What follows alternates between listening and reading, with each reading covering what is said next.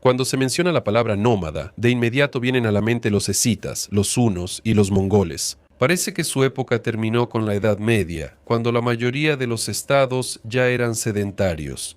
Construían ciudades, cobraban impuestos y formaban burocracia y ejércitos europeos.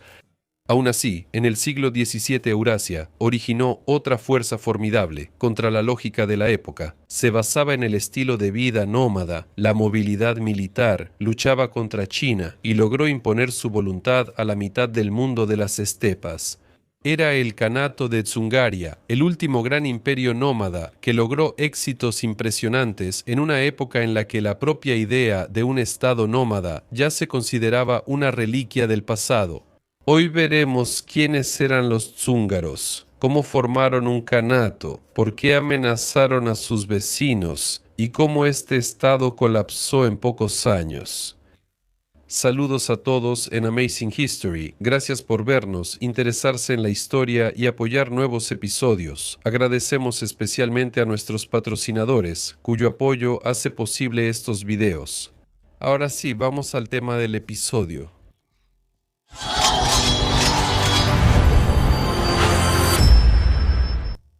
Para entender el origen del Kanato de Dzungaria, primero hay que saber quiénes son los Airat.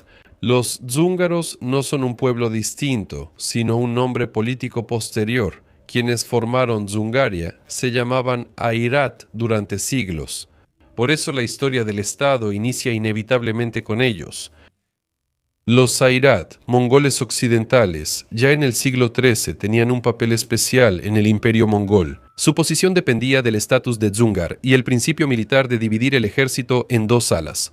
Los Airat eran el flanco izquierdo del ejército de Chingis Khan, siendo una de las fuerzas de choque del imperio. Los Airat afirmaban descender de Khazar, hermano de Tamudshin, lo que les daba prestigio y cercanía a la élite, pero no los hacía herederos de la dinastía chinguisida. Este es un matiz importante que más adelante jugará un papel significativo.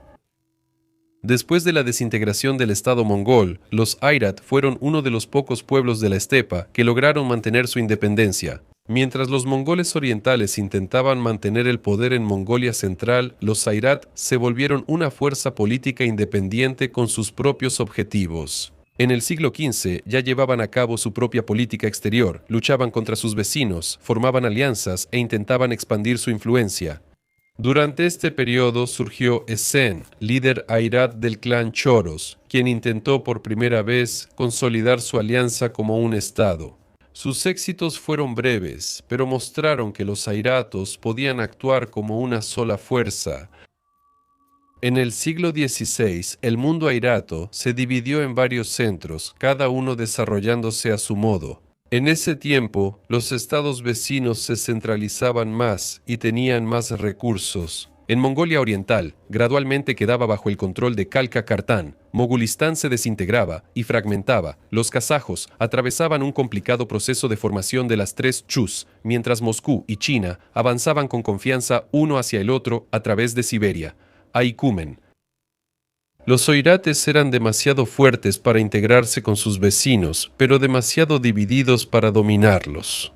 En la alianza surgían conflictos entre clanes, los lazos se debilitaban y los intereses comunes se diluían. Algunos grupos migraron lejos hacia el oeste, donde más tarde surgiría el Kanato de Kalmucos, mientras que otros se dirigieron más al sur, hacia la región de Kokonor, creando sus propios principados. Los que permanecieron entre el Altai, las cabeceras del Irtish y el valle dependían cada vez más de su capacidad de mantenerse unidos. Estos territorios gradualmente formaron Dzungaria. La geografía fue tan clave como las ambiciones políticas. El área entre Altai, Tarbogatay, Semireche y Turquestán Oriental era protegida y fácil de controlar. Desde aquí partían rutas a Mongolia, Siberia, Asia Central y China.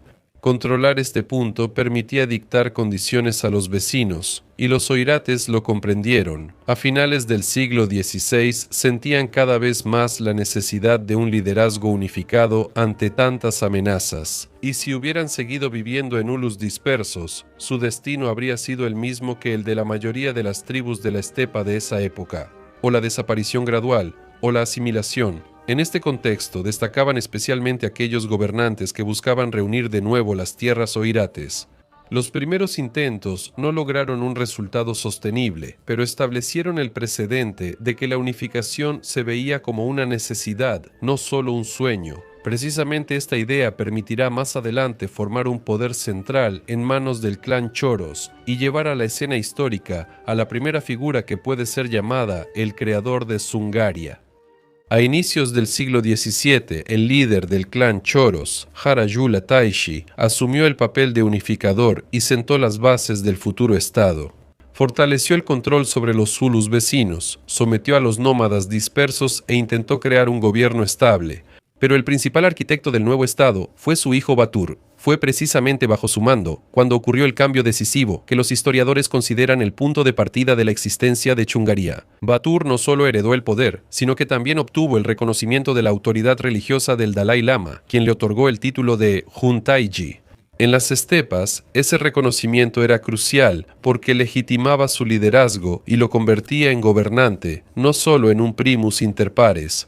El budismo para los airatos se volvió una ideología unificadora que mantenía a los clanes dispersos en un solo sistema político.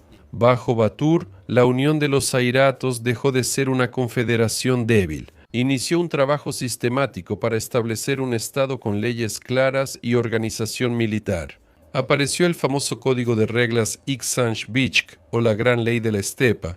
No era una simple recopilación formal de tradiciones, sino un verdadero código de leyes que regulaba desde el servicio militar hasta las obligaciones fiscales y la disciplina religiosa. Para Kayachevo esto era una regla única. Los airatos crearon un derecho estatal codificado, lo que los distinguió de la mayoría de las sociedades de la estepa. La política exterior de Batur era tan activa como la interna. Fortalecía posiciones en la futura Zungaria, expandía su influencia y entraba en conflictos con kazajos, kirguises y gobernantes de Mogulistán. Estos enfrentamientos mostraban el rasgo clave de la futura Zungaria: actuar ofensivamente, imponer su voluntad y buscar expansión. El Kanato acababa de surgir y ya buscaba ser la fuerza principal en Asia Central. En este tiempo, los aires obtuvieron el nombre por el que serían recordados. La palabra Dzungar está relacionada con su posición militar en la antigua estructura mongola, el ala izquierda o Siungar. Poco a poco, se convierte en un nombre político que no designa una unión tribal, sino una nueva forma de Estado. Desde ahora, no solo se habla de los airates, sino del Kanato Dzungar, con gobernante, leyes, territorio y ambiciones. Después de la muerte de Batur, comienza una década que se puede llamar la Edad de Oro del Kanato Dzungar. En este periodo, el Estado pasa de ser una fuerza religiosa a un gran jugador en Asia Central. Este auge no fue tranquilo ni progresivo, sino resultado de impulsos bruscos de poder personal y constantes conflictos con vecinos y la nobleza aira. Ya en los predecesores de Batur se nota lo importantes que resultaron las bases ideológicas y administrativas que él estableció. Las leyes de su gobierno mantuvieron el poder en la administración central, aun cuando algunos clanes buscaban sus propios intereses. El budismo, con su red de monasterios y la autoridad del clero lamaísta tibetano, se volvió el eje que unía a los líderes oirates en un mismo campo político. El auge de Dzungaria se vincula a Galdan Bashoktu, cuya biografía refleja la complejidad de esa época. Galdan pasó su juventud en monasterios del Tíbet preparándose como líder religioso, no como gobernante militar. Recibió una educación espiritual, un título y, probablemente, veía el mundo de manera diferente a la mayoría de los jefes, pero el destino le ordenó regresar a la estepa. Tras la muerte de su hermano mayor, Galdan dejó el monacato y lideró a los ayaratos en la lucha por el poder. Su gobierno marcó el momento en que Dzungaria intentó por primera vez convertir sus ambiciones en un proyecto a escala de toda Asia Central. Galdan tenía carisma religioso, voluntad política y una firmeza que le permitió actuar sin dudar ante quienes se oponían. Fortaleció el poder interno, eliminó rivales, sometió clanes disidentes y consolidó al Kuntaiji como nunca antes. Galdan realizó campañas militares en vastos territorios de Asia Central, siendo de las más destructivas de la historia regional. Llegó a Sairam, controló parte de Semireche, bloqueó rutas kazajas y devastó Mogulistán. La guerra no solo buscaba botín, también imponía el lamaísmo y el control dzúngaro sobre las élites locales. Para Galdán, lo político y lo espiritual eran inseparables. Tras triunfar en Occidente, volvió al Oriente. Galdán consideraba que la unificación de las tierras mongolas bajo el poder de Dzungaria era un paso natural. Sin embargo, esto inevitablemente conducía a un enfrentamiento con el imperio Qing, que en ese momento estaba consolidando su control sobre Mongolia. Los primeros enfrentamientos demostraron que el ejército dzúngaro era competente. El uso inteligente de la caballería, su maniobrabilidad, las armas de fuego y la disciplina bajo el mando de un gobernante instruido lo convertían en una de las fuerzas militares más capaces de la región. Pero los recursos Qing eran mucho mayores. Años de lucha agotaron a Dzungaria y Galdán, quien conquistó mucho, pero no pudo mantenerlo. La última campaña contra los Qing terminó en derrota, y Galdán, sin salida, prefirió no caer en manos del enemigo. Después del turbulento y contradictorio gobierno de Galdán Bashok-du, el Kanato de Dzungaria necesitaba un gobernante de un tipo completamente diferente, no un monje guerrero de campo, sino un administrador calculador, capaz de fortalecer el Estado desde dentro y evitar enfrentamientos con vecinos mucho más poderosos. Ese hombre fue Tseban Rabdán. Llegó al poder cuando Dzungaria estaba exhausta por guerras y sus rivales, el imperio Qing y las hordas kazajas, solo crecían en poder. Seguir la política de Galdán habría sido una catástrofe inminente, y Tseban Rabdán lo sabía mejor que nadie. Redujo drásticamente la agresión externa en el este, estableciendo con los Qing una relación que podría llamarse un equilibrio cauteloso entre el reconocimiento de su poder y la preservación de su propia independencia. Su diplomacia era calculada. La tregua con el Imperio Celestial le permitió centrarse en los asuntos internos de Dzungaria. Incluía la gestión económica, fortalecer la administración y modernizar el ejército. Aquí, Tseban Rabdán probablemente salvó al Kanato de la destrucción por otra generación. Una de las áreas clave fue la reforma militar. En tiempos de Galdán, los oirates ya usaban armas de fuego, pero Tseban Rabdán las llevó a otro nivel. El ejército dzungar se fue convirtiendo gradualmente en un híbrido de la tradición nómada y las tecnologías europeas. La llegada del sargento sueco Johann Gustav Renat al Kanato fue decisiva. Su historia merece una película aparte. Primero fue capturado por los rusos en Poltava, enviado a Tobolsk y luego hecho prisionero por los dzungares tras atacar un convoy ruso. Renat demostró habilidades excepcionales, organizó la producción de artillería, capacitó a artesanos para fundir cañones, diseñó planos, construyó fortificaciones y fundó el primer ejército moderno y escuela de artillería entre los nómadas. La artillería ligera transportada en camellos volvió impredecibles a las tropas dzungaras, pues el enemigo ya no podía confiar solo en su número o maniobras. Las reformas no eran solo un arma. Tseban Rabdán fortaleció la administración, reforzó las leyes de Batur, impulsó el comercio con el Imperio ruso y apoyó a los monasterios como centros ideológicos y educativos. Durante su gobierno, el budismo se consolidó como pilar del Estado. La red de monasterios brindó legitimidad espiritual, disciplina, información, apoyo diplomático y formación de personal. Al mismo tiempo, en las fronteras occidentales del Kanato, Tseban Rabdán continuó implementando una política estricta. Una dirección clave fue la lucha por el poder en Turquestán Oriental, donde él intervenía en el conflicto entre los líderes de Kashgar y Yarkand, buscando que dependieran de Dzungaria para fortalecer su control sobre las rutas de caravanas. Al mismo tiempo, crecía la presión al noroeste sobre los kirguises del Yenisei, quienes habitaban la región de Konguray, según la tradición Oirat, y la cuenca de Minusinsk en la parte alta del Yenisei y áreas cercanas. Aquí, bajo Tseban Rabdán, ocurrió un evento que los pueblos de Siberia recuerdan como tragedia nacional. Los dzúngaros, siguiendo la antigua práctica esteparia de ejercer presión sobre la resistencia, organizaron el secuestro masivo de la población hacia el interior de Dzungaria. Para la élite oirat, tales acciones se consideraban una forma de asegurar la frontera. Al expulsar a los clanes rebeldes, impedían su resistencia y alianzas con enemigos como el Imperio Qing. Para los propios kirguises y otros grupos locales, esto se convirtió en un giro dramático, una ruptura violenta con sus tierras natales que dejó huella en las leyendas y provocó profundas pérdidas demográficas. Tras la expulsión de los kirguises del Yenisei, la política dzúngara hacia sus vecinos tomó un rumbo que se podría describir como una estrategia de intimidación. Los dzúngaros querían evitar que sus oponentes resistieran en el futuro. Los reasentamientos, expediciones forzadas, bloqueos de rutas nómadas y campañas militares masivas se volvieron gradualmente herramientas del Janato. Si en las tierras de Siberia esta táctica afectó a grupos tribales aislados, en Asia Central sus consecuencias alcanzaron una escala sin precedentes. Pronto, Dzungaria dará un golpe que cambiará el destino regional. Cuando las tropas dzungaras atacaron las tierras de los shus kazajos, no fue una campaña accidental ni un estallido de agresión, fue una continuación lógica de la política de Dzungaria bajo Tsevan Narabdan. Los kazajos controlaban pastizales, puntos comerciales y accesos al Sirdaria, esenciales para un estado nómada.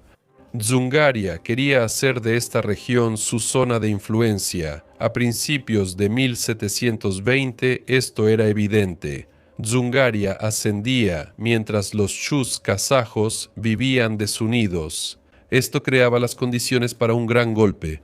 Entre 1723 y 1725, lo ocurrido quedó en la memoria kazaja como Oktavan Shubirindi, los años del gran desastre. Es complejo medir la magnitud de la campaña, pero las fuentes concuerdan en lo esencial. La destrucción fue inédita. Las tropas dzúngaras capturaban ciudades, bloqueaban rutas, tomaban prisioneros, destruían aúles y se apropiaban del ganado. Sairán fue saqueado y quedó bajo gran presión. Tashkent y varias regiones de Turquestán quedaron despobladas. Oleadas de refugiados huyeron al sur y oeste, dejando estepas vacías. Para la sociedad kazaja, ya inestable, este golpe fue catastrófico. La gente perdía familias, tierras y ganado, todo lo esencial para un nómada. Investigadores comparan esta época con una crisis civilizada. Las pérdidas demográficas, destrucción económica y desplazamiento de clanes cambiaron el mapa social regional. Pero la tragedia no se limitó solo a los kazajos. También sufrieron los karakalpakos, las comunidades uigures, algunos grupos de kirguises y la población de las ciudades de Asia Central. Varias ciudades admitieron su dependencia de Dzungaria, otras pagaron grandes sumas por la paz, y la influencia dzungara se expandió como nunca antes.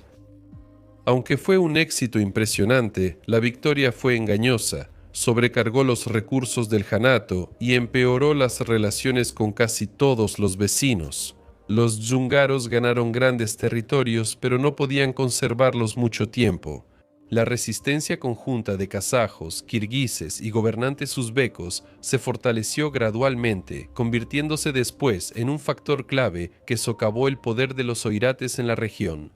Luego del gobierno de Tsevan Rabdan, su hijo Galdan Taylan Teserren asumió el poder, estabilizó el kanato y temporalmente frenó las guerras con los Ching. Dzungaria siguió siendo un estado fuerte bajo su mando, pese al desgaste por conflictos previos, aunque la estabilidad dependía de su autoridad personal. Por eso, al morir Galdan Tesern en 1745, el sistema que sostenía con su autoridad empezó a desmoronarse ante todos. El principal problema era la ausencia de un mecanismo claro de sucesión. Los airats no tenían un principio definido por el cual el poder pasara del Khan a su hijo o a una línea específica de la familia. Cada nuevo gobernante debía obtener y mantener el poder compitiendo con otros aspirantes. Mientras existía un líder evidente, como Galdan TSRN, este mecanismo funcionaba, pero en cuanto desaparecía, toda la estructura se venía abajo desde dentro. Fue entronizado su 13º hijo de 12 años, Tsevan Dorji, pero su gobierno inició con desconfianza y tensión. En Dzungaria, de inmediato se activaron otras figuras que se consideraban herederos igualmente dignos. Los más destacados entre ellos fueron dos personas, Lama Dorji y Davatsi. Ambos venían de líneas respetadas del clan y tenían apoyo de nayones influyentes. La rivalidad entre ellos rápidamente fue más allá de una lucha personal, dividió a la nobleza, las tribus e incluso a ciertos concursos. Otro aspirante fue Amursana, el nayon dzungar, destacado por su carisma, ambición y habilidad para maniobrar entre poderosos. Gracias a su protección, el futuro Khan kazajo Abilay estuvo cautivo 2 años. Antes se veía una estructura política unificada, pero ahora era un conjunto de grupos rivales, cada uno con su propia visión del futuro del Kanato. Poco a poco, los vecinos empezaron a intervenir en lo que estaba sucediendo. Percibieron con sensibilidad el momento en que un Estado fuerte podía ser debilitado sin una guerra directa. Especialmente activo en esto fue el Khan Casayo Ablai, quien utilizó magistralmente las luchas internas de los Airats, dando refugio a uno u otro pretendiente, apoyándolos con recursos o personas. Si esto debilitaba al frente dzungar, cuando Dzungaria cayó en luchas internas, el imperio Qing vio la oportunidad que Rusia esperaba. Para Pekín, la existencia de un estado airat fuerte era una amenaza constante. Antes, con el fuerte poder de Galdan Tseren en Kancia, una invasión era riesgosa. Ahora, con el poder fragmentado y la nobleza dividida, la situación era ideal. El pretexto para la invasión fue la petición de apoyo a los Qing por Amursana, tras romper con Dawatsi y quedar sin poder. Él no ocultaba su deseo de recuperar el poder en Dzungaria y creía que sería el gobernante del Kanato conquistado. Para el emperador Qing, esa petición fue una oportunidad largamente esperada. El aspirante Oirat los invitaba a intervenir, permitiendo declarar la campaña como restablecimiento del orden, no agresión. En 1755, un gran ejército Qing entró en Dzungaria con el pretexto de ayudar a Amursana. Desde la primera semana, Pekín muestra que busca sus propios fines. Qing quiere restablecer el orden y recuperar el control total del Kanato. Los chinos toman los centros clave, desarman a los ulus y anuncian que el poder en Dzungaria será decidido por el emperador. Este fue el mayor golpe a las ambiciones de Amursana. El emperador lo nombró solo Khan, de una pequeña parte de Dzungaria, no su gobernante. Mientras Dawatsi recibe todo el poder, el mismo hombre derrotado y enfrentado por Amursana. Esto no solo fue una decepción, sino una humillación. Amursana comprendió que lo usaron y le dieron un papel secundario sin influencia real. Amursana responde iniciando una rebelión, declarando que lucha contra Dawatsi y los Qing. Esperaba que los clanes oirates, tras la humillación de los Qing, se unieran bajo su mando. Algunos lo apoyaron, pero las fuerzas eran insuficientes y el Estado estaba demasiado fragmentado para actuar unido. Para el emperador Qing, la rebelión de Amursana se convirtió en un punto de no retorno. En Pekín concluyeron que intentar mantener Dzungaria como kanato independiente, aunque solo fuera nominal, estaba destinado al fracaso. Cada líder toma las armas y toda alianza acaba en traición. Por eso, los Qing cambian de una política de reemplazo de gobiernos a eliminar por completo el Estado árado. Así comienza la segunda fase de la invasión, mucho más dura y sistemática. Entre 1756 y 1858 las tropas Qing recorren el Kanato, destruyendo la resistencia y castigando ulus enteros. Epidemia, hambre y ejecuciones masivas aceleran el proceso. Fuentes chinas y europeas reconocen tal cantidad de muertes oirat que se considera una catástrofe demográfica. Amursana, sin apoyo, primero se retira con el Khan kazajo Abilai y luego al Imperio ruso, donde muere por enfermedad. Con la caída del Kanato de Dzungaria en 1758, desaparece el último líder que podía unir los restos de Dzungaria y el último imperio de la estepa deja de existir. La historia de los Airat no terminó ahí. El destino de los sobrevivientes fue muy desigual. Parte de los ulus Airat se unió a los refugiados que huyeron en varias direcciones, al oeste, al sur o con antiguos enemigos, porque no les quedaba otra opción. El camino fue especialmente dramático para aquellos que se dirigieron hacia Asia Central, Afganistán, Badakhshan y Bujará. Los gobernantes que requerían fuerza militar aceptaban a los Airat, aunque su protección era costosa. Los ulus, reasentados, perdían independencia política, se integraban con la población local y adoptaban el Islam, formando nuevos grupos étnicos. Otra salida fue regresar al oeste, hacia los Kalmyks del Volga, pero la tragedia también alcanzó a los Airat. Los zulus que huían cruzaban estepas y corredores montañosos difíciles, perseguidos por los destacamentos Qing. En la memoria popular de los Airat, precisamente este camino se convirtió en uno de los episodios más trágicos. Según la leyenda, unos 15.000 jóvenes protegieron un paso montañoso que luego se llamó las Puertas de Dzungaria. Detuvieron a los perseguidores para que mujeres, niños y ancianos escaparan. Ninguno sobrevivió. No hay registros históricos de una batalla aquí, pero la muerte masiva de los jóvenes defensores está muy presente en el folclore de los aires y los calmucos. Quienes permanecieron en el antiguo Kanato quedaron bajo control directo de la China Qing. El imperio implementó una política de reasentamiento y fragmentación de los Ulus, tratando de eliminar cualquier posibilidad de resurgimiento de la estatalidad dzúngara. En los pastizales liberados asentaron a otros pueblos como Jalja-mongoles y uigures. Esto cambió el mapa étnico de la región y destruyó el territorio que por siglos fue de los Airat. Sin embargo, pese a la tragedia del siglo XVIII, los Airat no desaparecieron en Rusia. Sus descendientes son los calmucos, quienes aún conservan el idioma y la tradición budista. En Mongolia siguen los diagnósticos betas, sakchines y bayates, originarios de los Airat. En Xinjiang hay pequeñas comunidades Airat, dzungares, targutes y cachutes. Ya no tienen relación con el antiguo Janato, pero lo recuerdan como una época dorada.